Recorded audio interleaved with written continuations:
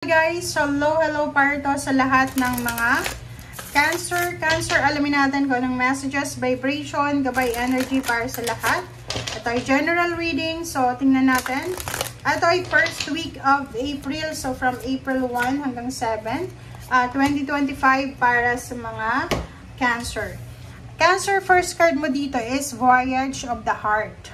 Okay, kung makikita mo, dito sinasabi na love flows through you and to you. So, for the first week of April, nakikita ko sa mga Cancer na posibleng may unexpected na ma-fall in love ka, or may isang tao na ma-fall in love sa'yo, or maraming magiging pagbabago sa relationship mo.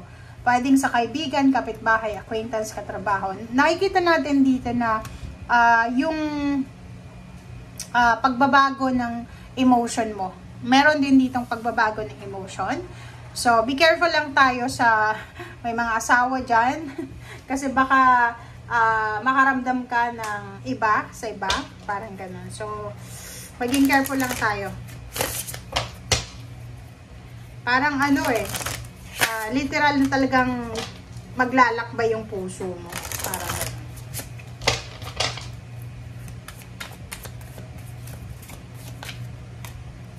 Okay, second card natin po. Diba? Sabi ko sa'yo mag-iingat ka. Okay, 47. 7, 8, 9, 10, 11 is manifestation. Ikaw ba to? Babae ka ba? Or sabihin natin wala namang gender yung tarot. So, dito sinasabi ng barahan na the thinking woman, may isang tao na posibleng iisipin ka. Okay? May isang tao na posibleng iniisip ka or iisipin ka sa buong buwan ng Abril, lalo na sa first week ng Abril.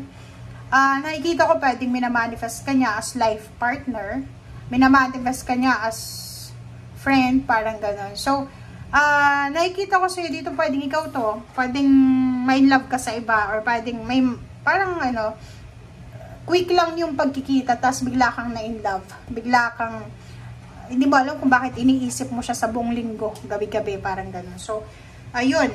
Comment down below if you resonated.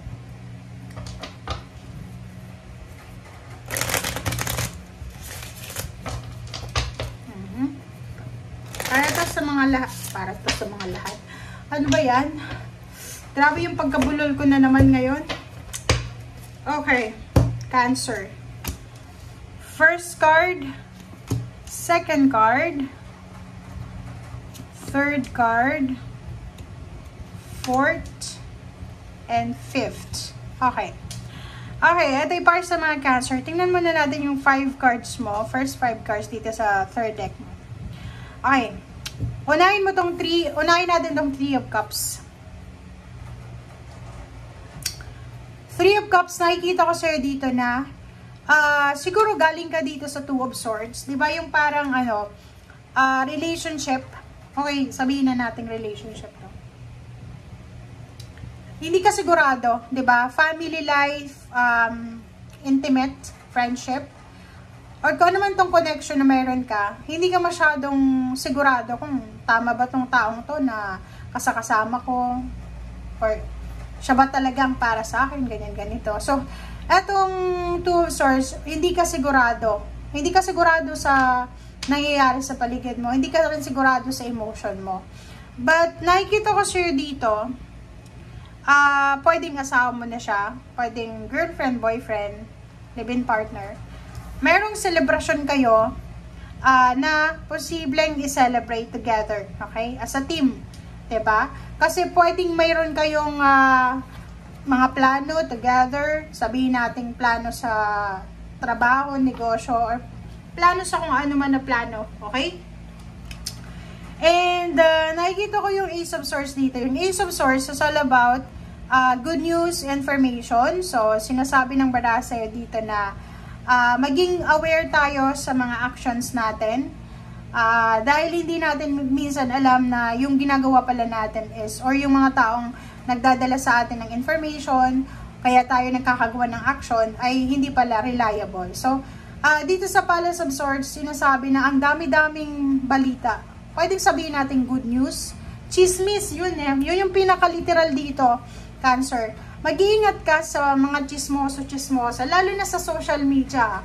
Aminin mo yan sobrang hilig mo makipag-chat sa mga babaeng Cancer dyan. Ang hilig-hilig mo makipag-chat. 'Di ba? Sa chat mo, puro lang yan mga chismis, tungkol kanino, kung tungkol kay ganito, ganyan. Dito sinasabi na mag-iingat ka. Okay? Pag-isipan mong mabuti. Kung eto bang ginagawa ko, tama ba to, ganyan, ganito, nagsasayang ba ako ng oras or anything. Sa usapin naman na trabaho, nakikita ko sir dito na kung ano man to na pagsisimula na gusto mong simulan, sabi dito na pag-isipan mo ng mabuti. Huwag tayong magpadalos-dalos ha, kasi ikaw din yung magsasuffer niya sa bandang huli.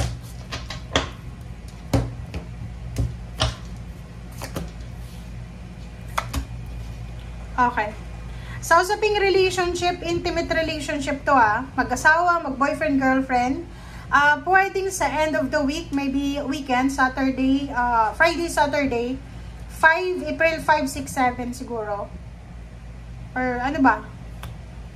Basta weekend siya. Posibleng may mag-away na mag-partner. Mag-asawa, mag-boyfriend, mag-girlfriend. Mag-aaway sila dahil sa mga obligasyon nila sa buhay. Mag-aaway sila dahil pwedeng sa selos, or pwedeng pagod na yung isa sa pagtataguyod ng pamilya. Pwedeng yung isa unemployed, pwedeng yung isa overtime ng overtime, 'di ba? Wala nang oras sa pamilya. Pero parang ganito, yung couple na to is parang yung isa unemployed, nasa bahay lang, yung isa nagtatrabaho sa labas. Pag uwi ng nagtatrabaho sa labas, yung nasa bahay lang, siya pa yung galit, siya pa yung naghahanap ng kung ano-ano habang siya ay nasa bahay, walang ginagawa, parang gano'n. So, pwedeng yun yung rason. Ang rason kung bakit mag-aaway, magdidiskusyon is because lack of money. Okay? Pera, yung pag-aawayan dito. Pwede din na pag-aawayan dito yung obligasyon, yung bigat ng problema, ng duties and responsibilities.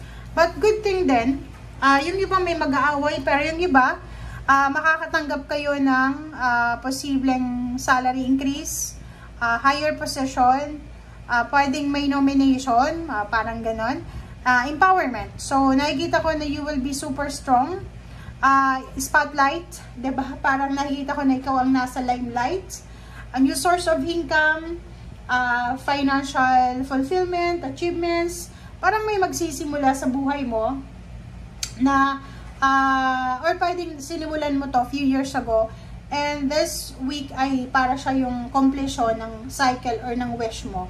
So, victory and success ang posibleng darating sa'yo. So, sinasabi ng baraha doon sa mga nagwi-wish ng empowerment, may balik sa kanila kung ano yung nawala sa kanila. Dito sa barahang to sinasabi na kung talagang para sa'yo, para sa'yo.